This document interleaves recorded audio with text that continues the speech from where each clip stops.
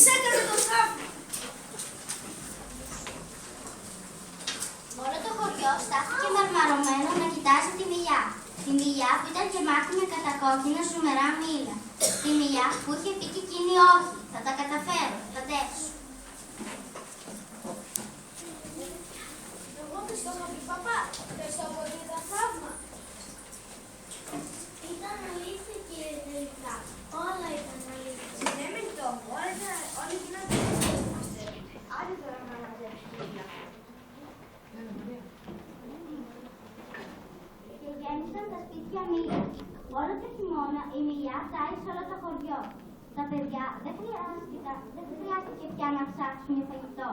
Πήγαιναν απλά να μαζεύουν φρέσκα κατακόκκινα μήλα. Και τα κατάφεραν. Όλοι μαζί σε μια βροχιά τα κατάφεραν.